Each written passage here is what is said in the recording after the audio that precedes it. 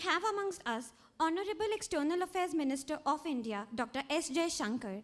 He is accompanied by His Excellency Ambassador of India to the Russian Federation, Mr. Pawan Kapoor. Kindly give them a very warm welcome.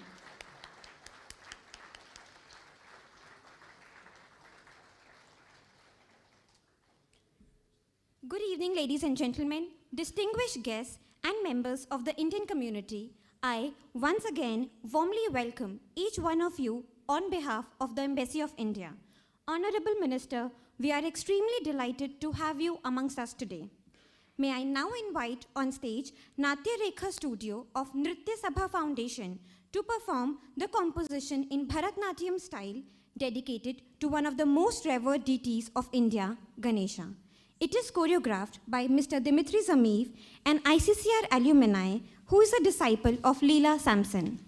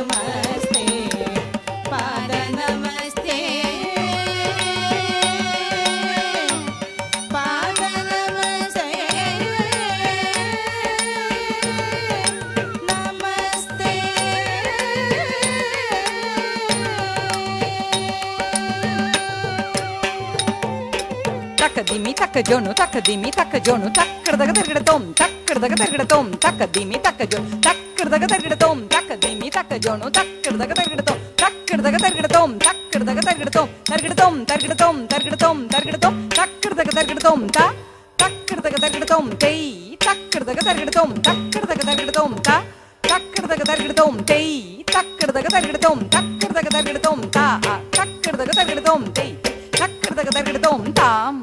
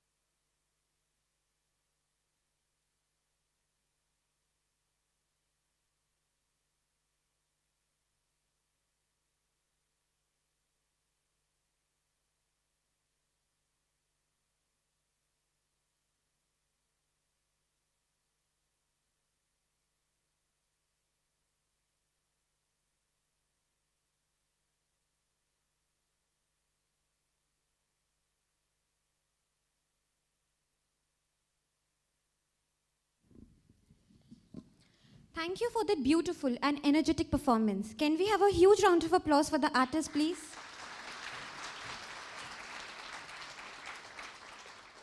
Honorable Minister, we are extremely grateful to have you amongst us today.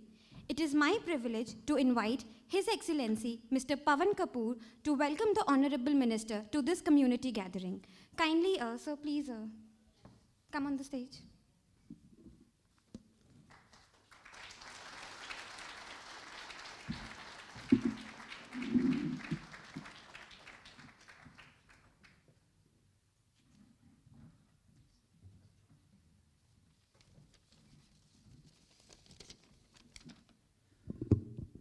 Honorable External Affairs Minister, Dr. S. Jaishankar, colleagues, dear friends, Gleminia Balshaya Chest, Privestoch Vas Moskvia. It is a great honor and privilege for me to welcome our External Affairs Minister, Dr. S. Jaishankar, to Moscow. He is, of course, no stranger to the city, having started his career as a diplomat in Moscow in the late 1970s, and then having visited the city several times in different capacities. I personally recall his visit to Moscow in 1993 when I was a junior officer in the embassy, and he was a director in our ministry dealing with the region. I have since had the pleasure and privilege of working under his guidance and learning from him over several years, both during his time as Foreign Secretary and, of course, during the last 4+ years as Minister of External Affairs.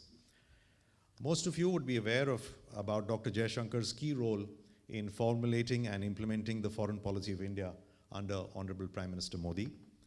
Many of you would also be aware of his amazing ability to firmly, yet politely, articulate India's position on world affairs based on our national interest. Video clips of some of his public interviews have not only gone viral on social media, but have been much appreciated all over the world, not just by the Indian community, but also by domain experts and ambassadors from different countries across.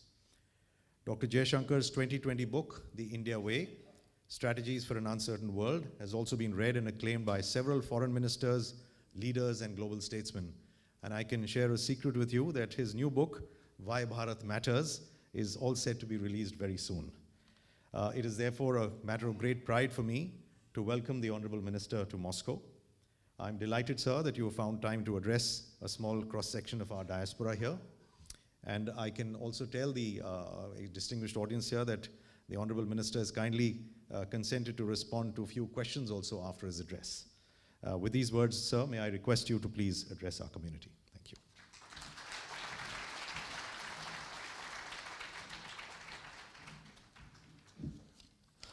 Thank you.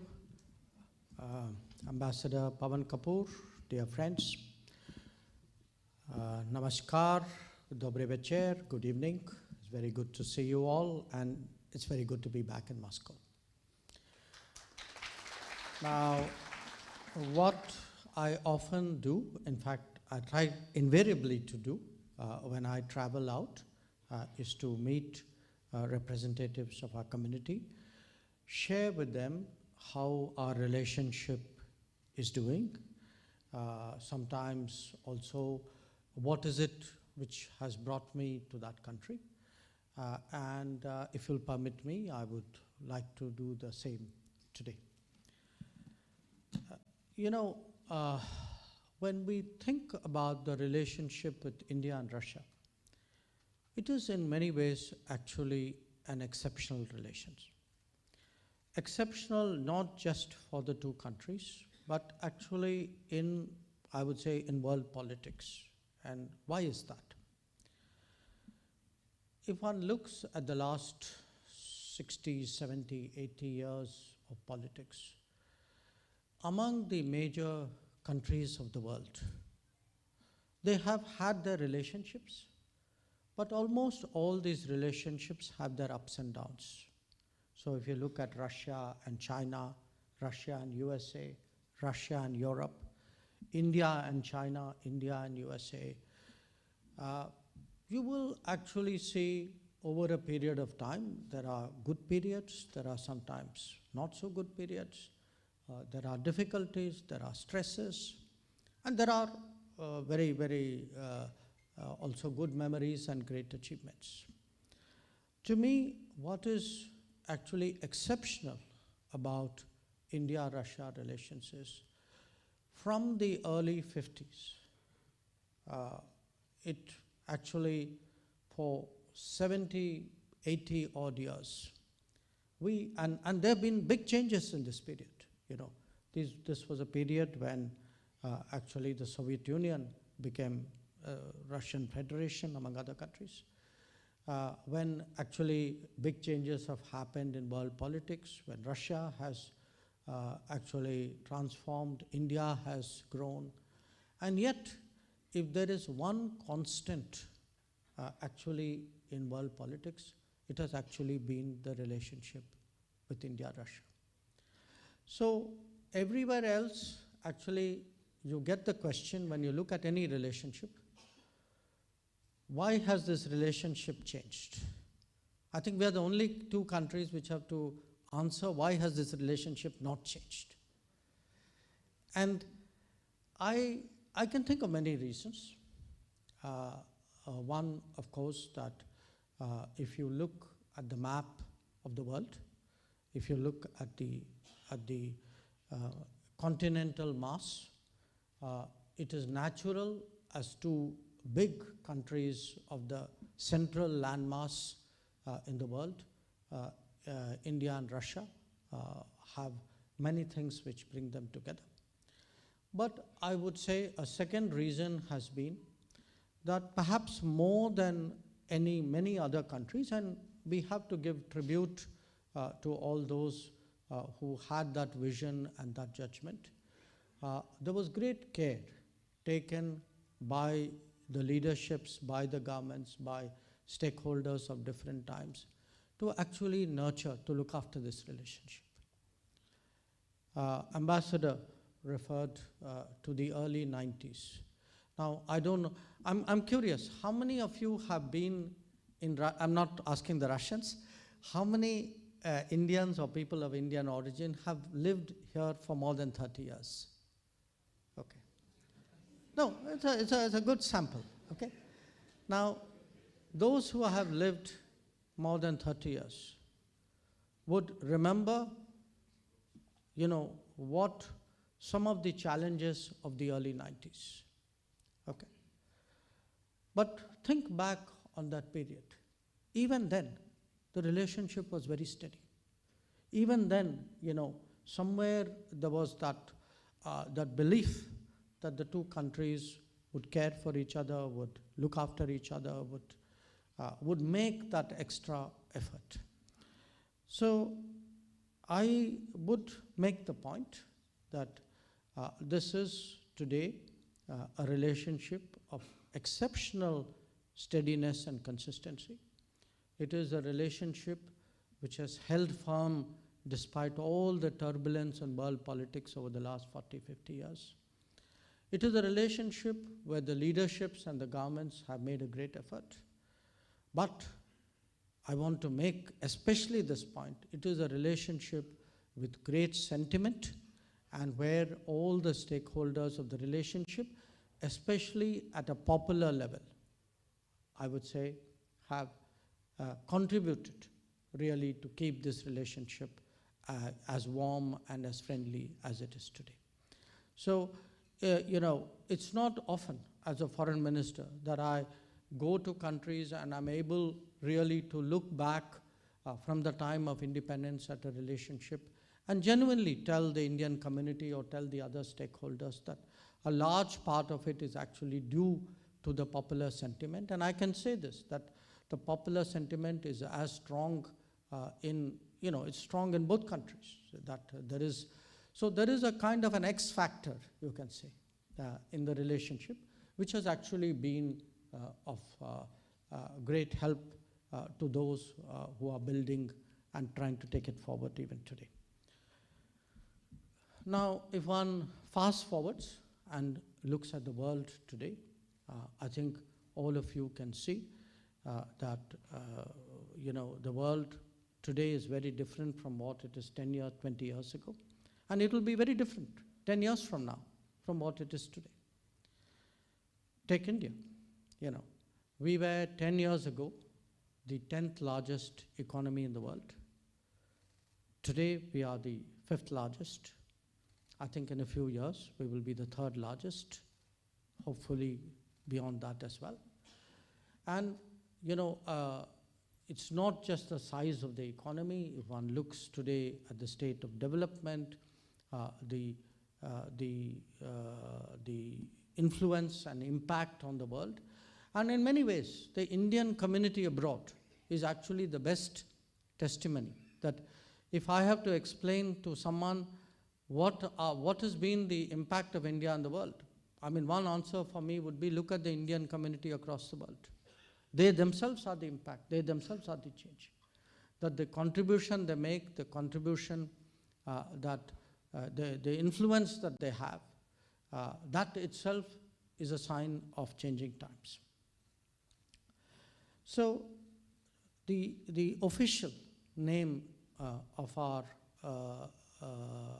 relationship is Special and Privileged Strategic Partnership. So believe me, every word means something. That these are not lightly chosen words, that they have a message. That is a message which captures the history of the last 78 years, and it certainly reflects the sentiments and the hopes for the next many, many decades to come. Now, having said that, let me today talk about some recent developments in our ties. I think many of you either directly or indirectly are associated with the world of trade, of business, of investment. And you would have seen that there's been actually a very, very big expansion in our economic cooperation. 2 years ago, our trade with Russia was about $12 to $14 billion. Last year, it was $50 billion. This year, I would predict it will be even higher. Now, this is very good news, but it's also a challenge. It is a challenge because while the economic relationship has grown overall, we would like to see India's exports to Russia also grow. Maybe not exactly equal, but at least in very large measure. And much of that responsibility is on all of you. That we as a government can give policy guidance, we can give encouragement, we can help with sorting out problems. But at the end of the day, business has to be done by business. And there are today possibilities for Indian exports to grow and overall India-Russia economic cooperation to grow. Now, why do I particularly say this to the community. Because from what I can see, and today I spent a large part of my morning with Deputy Prime Minister Denis Mantoro, I feel today that the many people in Russia are not as familiar with what has changed in India. That if you look at who are the new players in India, what are the new businesses in India, where is it we can find the right fit? It could be, in pharma, it could be in agriculture, it could be in something digital, in IT. Somewhere there are still gaps in, I would say, updating knowledge and understanding about India. So I would today actually, as Foreign Minister, make a request to the community that if you can actually make that extra effort, all of you live, amongst Russians, amidst Russians, you have friends, you have relationships, you have a great deal of trust from people with whom you work. I would like you today to use all that to grow what is a common goal, a common good of these two countries. That if, I have no doubt in my mind that 50 billion, within a matter of a few years can become 100 billion, if we all put our minds to it. If we can, and a lot of what India offers to the world today, if you look at where India is competitive today in the world, we are big exporters, we are regarded as a pharmacy of the world. You saw how we stepped forward, especially during the COVID, not just in vaccines, but in other medicines as well. If one looks at food products, at marine products, if we look even at agricultural trade, you look at auto parts, you look at engineering goods, there is a world out there. It is just that much of Russian business has not discovered it or not familiar with the changes, what is the new industry which has emerged in the last 20 years. So that would be my first message to you. My second message is actually in terms of larger societal interaction. As I said, the feelings of the people for each other has always been a very powerful driver of this relationship. So it's absolutely vital that we keep that strong and we keep that burning bright. And to do that, there is, a big sort of range of activities out there. It could be education, it could be tourism, it could be relationships of, different domains and civil society organizations with each other. But how do we not just do more business with each other, but how do we, beyond business, actually interact with each other? And I would say, for me, particularly tourism, encouraging more cultural exchange.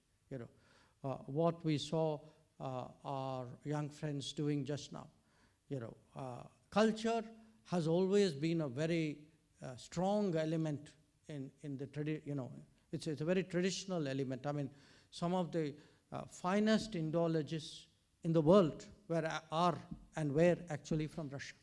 That if one look, whether you look at arts, you look at performing arts, you look at fine arts, you look at knowledge about India, there was a great tradition out there.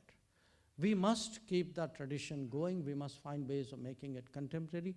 We must find ways of interesting young Russians today in India.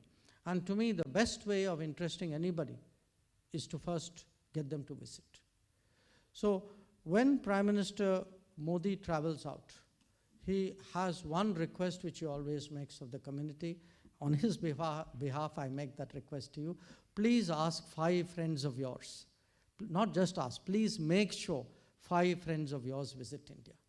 If each one of you in a community abroad can actually get 5 friends to India, believe me, you are making actually a very important contribution, because those 5 friends will certainly, in their own turn, get others close to them to also do the same. Now, where, my own foreign policy business is concerned, I just want to say, between us and Russia, things are very good, very strong. We are, we deal with each other very openly, very confidently. We are members of many organizations. BRICS is the most notable. Russia will have the presidency in the coming year. We are very committed to supporting their successful presidency. We ourselves have just completed the G20 presidency, which many of you know, and we got very strong cooperation from Russia to ensure that our chairship was very successful. So I can say broadly on the diplomatic side, I'm meeting Foreign Minister Lavrov tomorrow. But these are meetings I look forward to, because mostly these are very positive meetings where we talk about how we do more things together, and I'm sure that's exactly what will happen tomorrow as well. Russia is also, of course, a very special partner in a few areas. I think defense is particularly notable. I think all of you know that. Nuclear is another. Today, in the presence, in my presence and that of Deputy Prime Minister Manturo, we signed some very important agreements pertaining to the future units of the Kudankulam project, nuclear project. Space is again an area where we have a long history of working. And typically defense, nuclear and space, these are collaborations you only do with countries with whom you really have a high degree of trust. So it's not just that we do this cooperation, but that cooperation itself is reflective of the quality of the relationship. So having spoken about the relationship, let me also briefly say a few words about what is happening at home in India. I do want to, again, in this digital age, all of you are as connected as I am, So anybody who has access to a phone is instantaneously and immediately updated. So I know that. But as someone coming from India and someone working in the upper levels of the government, I do want to share with you today that the belief, really the mood in India, the feeling in India today is very optimistic, it is very strong. We have posted very good economic figures this year, especially the last 2 quarters, that today at a time when a large part of the world is struggling with growth, if you tell people that we are growing at 7.7%, you can see their eyes opening a little bit more. And it isn't again just the growth. I would say, for those of you who haven't been to India recently, or even if you go to India, many of us, I've lived abroad myself, so often when we go to India, we go meet our family, meet our friends, do our business and come back. But as someone who travels a lot in India and can see the change across India, there is really, I would say, without exaggeration, an enormous transformation which is taking place there. And it is a transformation which most of all is actually driven by an embrace of technology that you see in India. That today, even if you go to a street vendor, selling tea or bananas or coconut water, they are more likely to ask you for payment through a QR code and a phone. Then they are likely, if you give them a note, they will not give you change, because they say, that's your problem, not ours. So, if you look today at financial transactions, you look at actually programs the government has done, that the fact that we are very confident in a fairly short time that every house in India will be connected to piped water. Every home in India would be given an electricity connection. In fact, there will be more homes. That in the last decade, we have constructed 40 million homes, and 40 million homes at 5 people per family means 200 million people today have homes, which they did not have 10 years ago. So if you look at the scale of change today in India. It is enormous. And there is, you know, the mindset itself is today, you know, you hear much more interest today in skilling and innovation and starting your own business. In fact, if one looks today at loans which are given out, mudra loans, or even we give loans to even people who do their own businesses, and these are loans without security. And we see, you know, the 80–90% of the people who get these loans return it on time. So it's a very different India today that we are looking at. And you know, we are very confident next year. You know, there are big decisions that we as a nation have to make. We are very confident that those decisions would be made, you know, for the good of the country, keeping in mind our long-term future. So if I were, in a sense, to sum up what is happening in India, I would say there is a much stronger shift really today, shift both in intent and in confidence towards a more Atmanirbhar Bharat. And by Bharat, really it is, you know, a term I use for a country, for a society which is far more aware of its own traditions, culture, and heritage, which is capable of taking very independent positions, which will actually really chart its own way in you know, the politics of the world. So I do want to say, you know, the motherland today, the sense, the feeling, the confidence levels are very high. But since I am here today in one of our really key partner countries, and one where, as I explained to you, the relationship has been extraordinarily important and extraordinarily consistent over many decades, I conclude with the hope that, with the expectation really, that the Indian community in every possible way would support the efforts of the embassy in building a stronger relationship. Once again, I thank you for taking the time to be here today.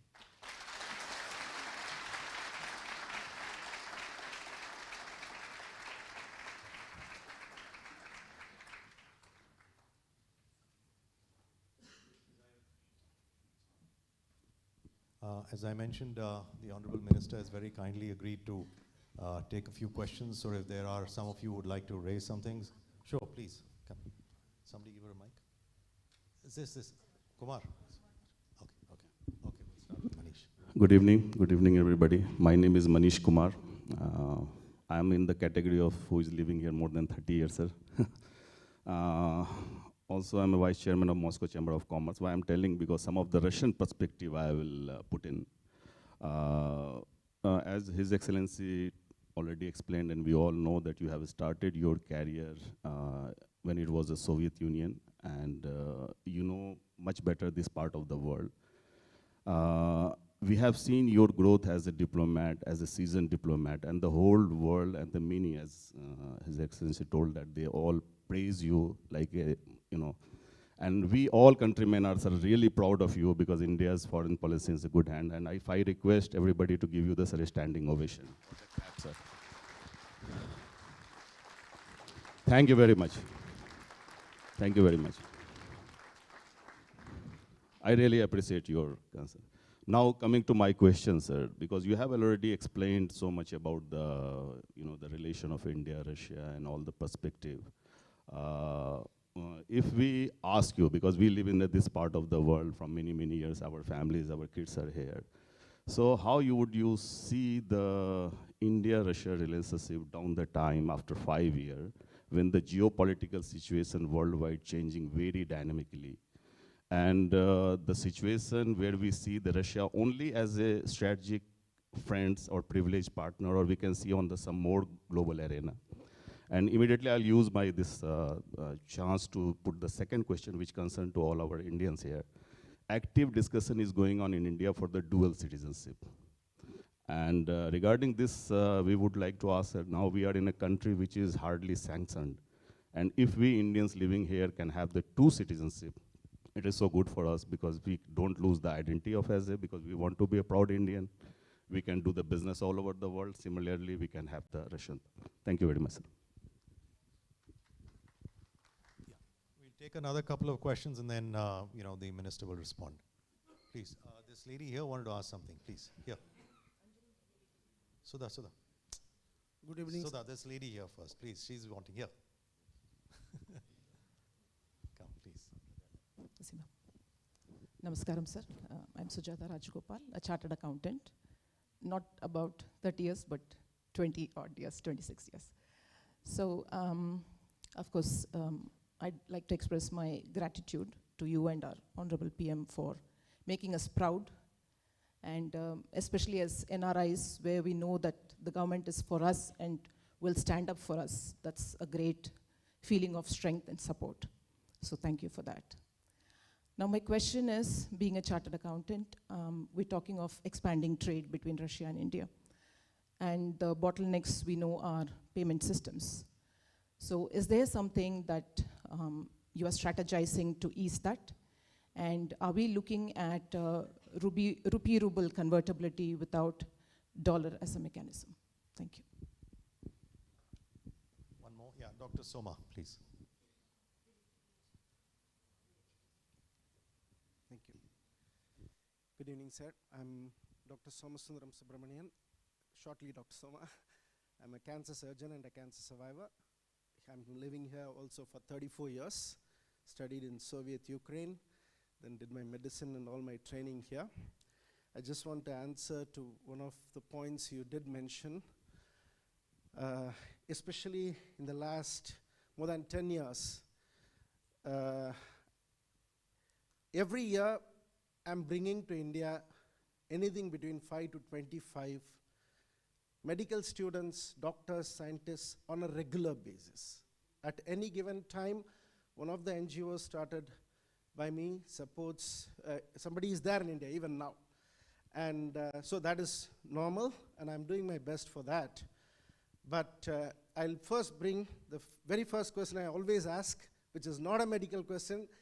Honorable Ambassador knows that. From the point of view as government, what I want from India is to start direct flights between 10 big Indian cities to 10 big Russian cities. That is my question number one. It has to be changed. Without that, we cannot, most of those efforts which 5 of you great leaders have done, who are the superstars for me in the political arena in the world. Number 1 is President Putin. Number 2, Prime Minister Modi. Number 3, yourself. Number 4, Mr. Lavrov. And number 5, but he was the foremost, Evgeny Primakov, the senior, whom I knew personally. You people have changed the world a lot. But what all you did mention now, it will have 100 times more sense if we have this direct connectivity. 2 more points. One you did slightly touch today. That is, both India and Russia, we are nuclear superpowers today. But both our countries are not nuclear medicine superpowers. As a cancer specialist, I'm telling you, this country is producing top-notch materials which the nuclear industry of this country gives, which is even today being used by American and Canadian hospitals, which are not available in this country and in India. It is pathetic and unacceptable. I'll stop here. If you'll give me time, later I'll give you more questions. So thank you. let me respond, and I will keep my answers short in the hope that you'll all keep your questions short after that. So first of all, India-Russia, where do we see it 10 years from now? Look, India and Russia are major powers, okay? What differentiates major powers from others is, even if there are ups and downs in their fortunes, they have that kind of spirit and that resilience and that capability to go through the tough times so that they keep going through, till they again, are able to, in a sense, fully express their capabilities.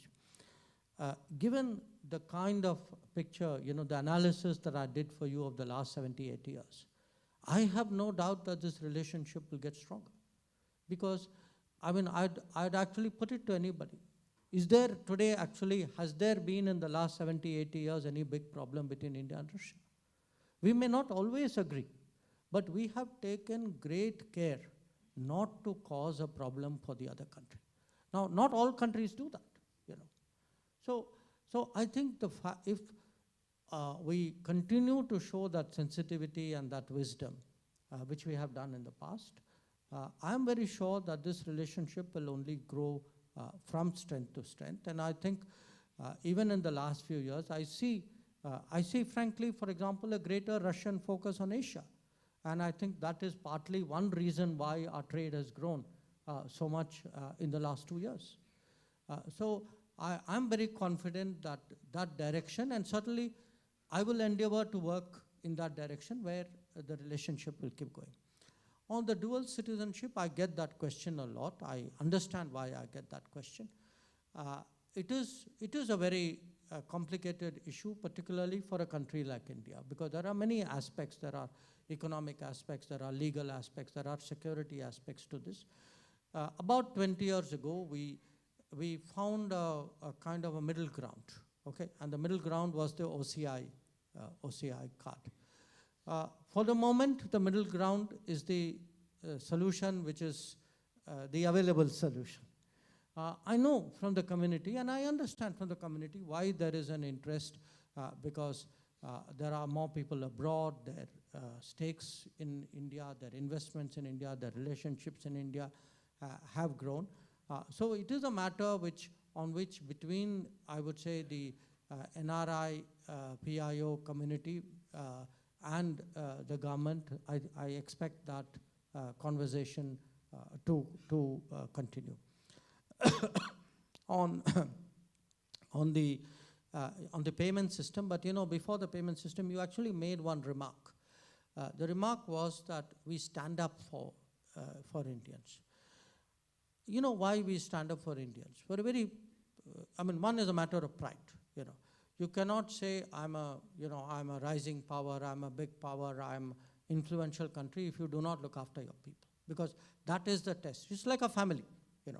If a family has to have respect, that family must learn to take care of all its members. If they get into trouble somewhere, if somebody falls behind, somebody stays apart, it is our duty to take care of that family. That kind of sentiment guides us. But it's also a fact today that because so many Indians and people of Indian origin work abroad, that responsibility is very much higher. That there are actually today 3.5 crore, 35 million Indians and people of Indian origin working abroad or living abroad. So there are very few countries who have that responsibility. So for us today, and half of them are actually still Indian passport holders.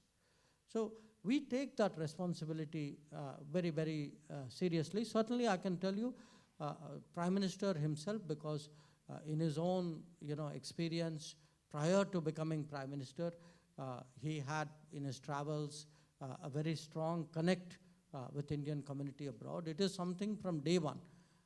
If you remember, one of his first forays outside the country was actually to go and, in the USA, you had Madison Square Gardens. Every place that he has gone to, he has made it a point to interact with the diaspora, and that has been our consistent kind of approach. On trade settlements, what will happen? Common currencies are very difficult, but in fact, we're already seeing a situation where countries either have a agreement, between I have currency A, you have currency B, we do trade settlements in both or one currency. I can see a situation where, the reliance on the traditional currencies, it's not just dollar. A lot of countries, for example, used to do the trade settlement in euro. So there will be more direct settlements, because for a variety of reasons, sometimes non-availability of other currencies, sometimes because for political or other purposes, use of third currencies become problematic. So once a system works, if, let us say, if we have settled on one or mutual currency for a few years, whether thereafter the world changes or not, our habits will continue. So I can see that actually growing. And certainly where India is concerned, we are today very keen to propagate UPI, to propagate RuPay, use of RuPay card. We would like Indian platforms, Indian mechanisms, Indian currency in a way for settlement to have greater international acceptance. So that is sort of part very much of India's growing stature in the world. On direct flights, today all airlines in India are privately owned, okay? Now, when they are privately owned, obviously they will respond to where there is demand. So the days when government directs airlines to go somewhere, those days are behind us, because that kind of direction to an airline actually is not good for an airline. I mean, any of you who are in business, you would not like to be directed by the government how to do business and with whom to do business and where to do business. So I would say today, if there is a strong demand, from the community, and I'm sure you're all very knowledgeable, influential people, you know how to make your demands felt at the right quarters, do approach the airlines, because the airlines do respond. I've seen in the last 2 years a number of new destinations, which have come up between India and that particular country or that particular city. The Indian aviation carriers are themselves today in an expansion mode, which is quite different from how it is in much of the world. Most airlines are today trimming back. But we have actually the largest number of planes which are under order are from India. So I expect the possibilities to be there. I mean, I'm sure all of you would certainly, make your interest known. Certainly from the government side, I mean, we would, I would find it much more convenient to come on an Indian, carrier to Moscow or to other cities rather than, go through the Gulf or go through other options. On nuclear medicine, I note your point. As I said, what has happened is there are, the nuclear, for example, is today a very strong sector, okay, if I view it in terms of the volume of the business. But I think there are many aspects today which we tend to miss out because over the years we have not been as focused on each other as we could and we should be. I certainly hope, I mean, given your interest and your record, I think this is an area you yourself can make a difference, and I very much hope you will do so. One more. Okay, Anjani, you can have the one question, that's it. And then Good evening, sir. Sir, we are very thankful that you have given a very contentful address to the Indian community. I think it is the first address when you become the foreign minister to the Indian community in Russia. So we are very thankful to you. Sir, I'm Anjani Kumar Das, more than 30 years. I am also president of Overseas Bihar Association and promoting Indian culture in Russia. Sir, I have one question which you have already touched upon. Due to the geopolitical situation, Indian businessmen and Russian businessmen are facing the local payments. As you are telling the RuPay and the Mir card or something, but still we all request you to please expedite this process because the tourism and other people are facing a lot of problem. When we go with the Russians, there is a problem in the payments, local payments. They have to take cash and all these things. So our sincere request to expedite this process so that the tourism and other process can be expedited. Thank you, Mr.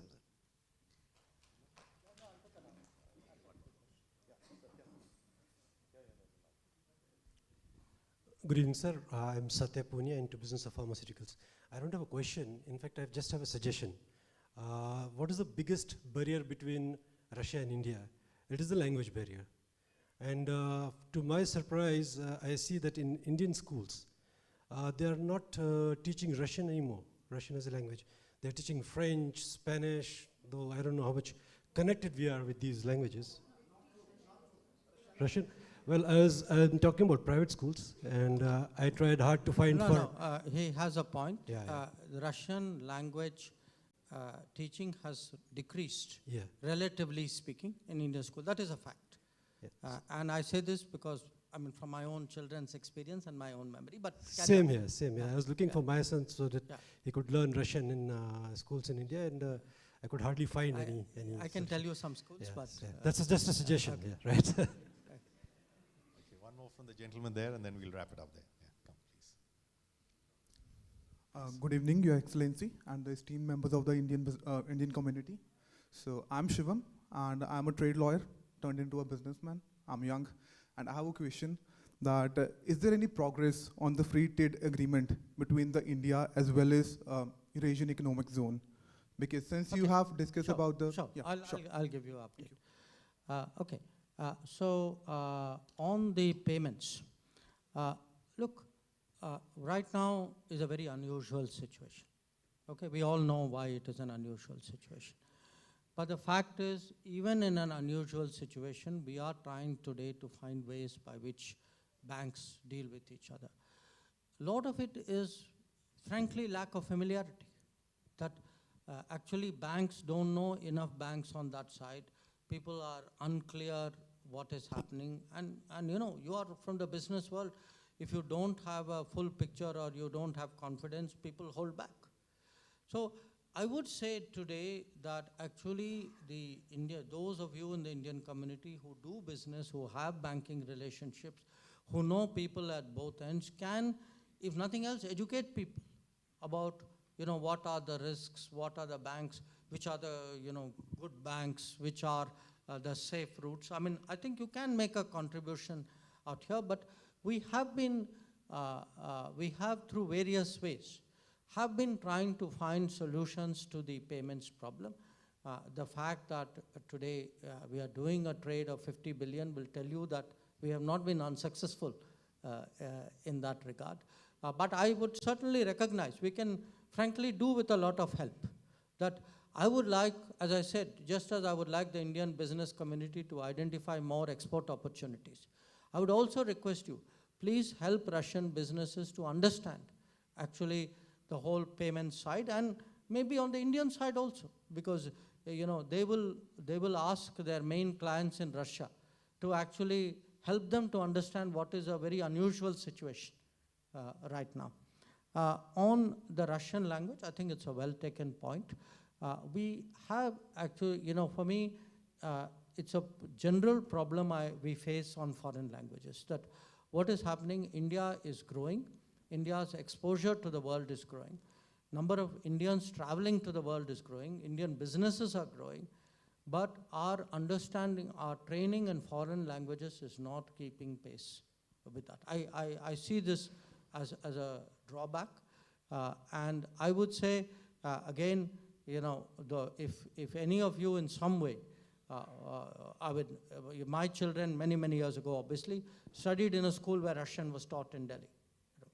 So if there are ways by which, through your own efforts, you can contribute to that in some way of strengthening teaching, especially of, you know, Russian language, and it is, I would to a Indian student, you know, anybody, for example, studying Sanskrit, it's a very logical language to take on as an additional language. I mean, most of us, at least who came here in the embassy, we kind of went through that language training for a year and a half, and we actually used the Sanskrit grammar as a reference point to learn Russian. But I would encourage you, and you know, again, if people feel there is business opportunities, there's a career, there will be more interest in learning Russian. And the last point on EU FTA, Yes, there was for a variety of reasons, I would say the negotiators did not meet. But today, when I met Deputy Prime Minister Manturov, we agreed that early next year, our negotiating teams will meet. So I expect by the end of January, hopefully, that the in-person negotiations will start.